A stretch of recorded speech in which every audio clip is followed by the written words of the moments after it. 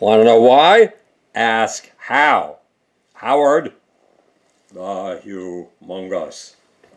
Okay, we have to push a button. Bear with me. Brett Kavanaugh has been appointed to the Supreme Court by the Senate in one of the most contentious Supreme Court confirmation battles in American history. But we've become remarkably oblique, remarkably silent about what the hue and cry over Brett Kavanaugh is really all about. The real issue in the great Kavanaugh debate is abortion, which means the real issue is sex. Most of those who cheer for Kavanaugh want Roe versus Wade overturned, and most of those of us who loathe Kavanaugh want a woman to make her own decisions about what happens in her own body. That's what the battle of the Kavanaugh is all about. It's about sex and sex's consequences. But when it comes to sex, the Kavanaugh battle is a learning moment. It's a learning moment about a shift in the relationship between men and women.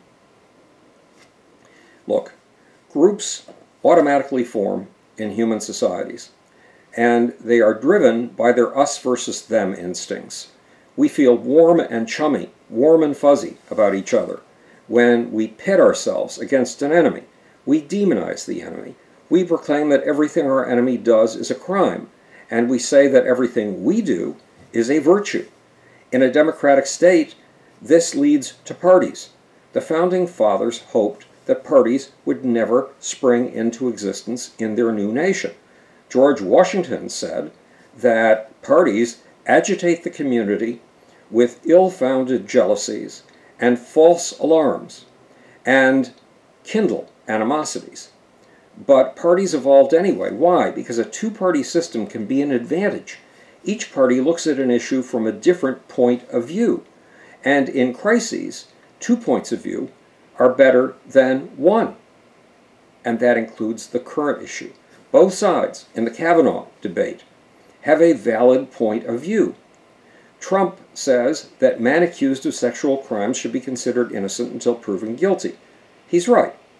He's right that his enemies in the Me Too movement often seem to claim that all accusations made by women are true and that all denials made by men are false. The idea that all men are liars and all women are truth-tellers is not acceptable. However, Democrats also have a point. Sexual crimes usually have no witnesses. There is no way to determine what actually happened.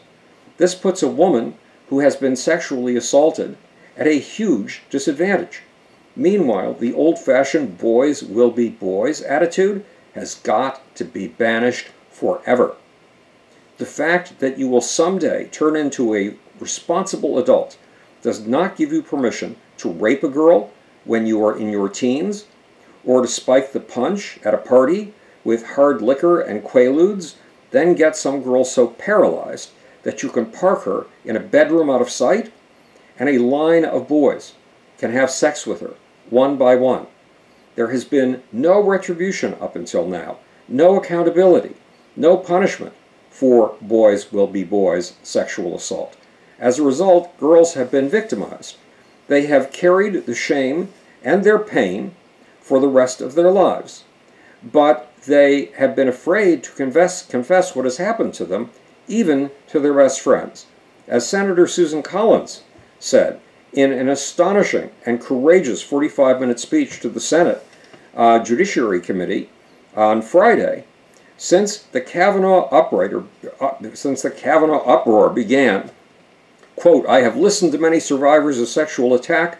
Some were friends I have known for decades. Yet, says Collins, those friends never dared to tell her of the sexual attacks they had undergone until the last few weeks, until the Kavanaugh battle." Says Collins, who is a Republican, if any good at all has come from this ugly confirmation process, it has been to create an awareness that we have underestimated the pervasiveness of this terrible problem, the problem of hidden sexual abuse. But there's another message from this past week. Our culture wars have got to calm down. Our war between Democrats and Republicans, between conservatives and liberals, has got to calm down. We have to find a middle ground. For example, Bernie Sanders a few days ago called for a $2 trillion infrastructure program.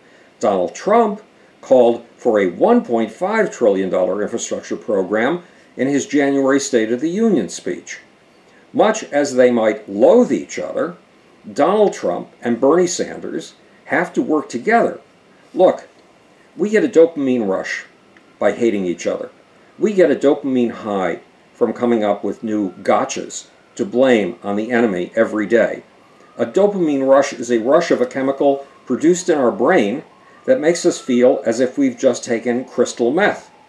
But while we scream at each other and get high on wild accusation conspiracy theories, America's roads and bridges are crumbling. 19 countries have faster Wi-Fi than we do. And as Donald Trump likes to point out, many of our airports are an embarrassment. Other countries have built high-speed rail systems and have made us look like has-beens. Let's stop demonizing each other long enough to make America gleam. Let's work on making America what it always has been, a shining city on a hill. To do that, we will have to work together. We will have to work together. The real trick is to keep a culture war from turning into a civil war. The real trick is to make even our disagreements productive. This is Howard the Humongous, speaking to you from the future. It's your job and my job to make. Or, want to know why? Ask how. And now for this, oh God, it's protected like, I hate to say what it's protected like, something in the female anatomy. This tiny little off button, where is it?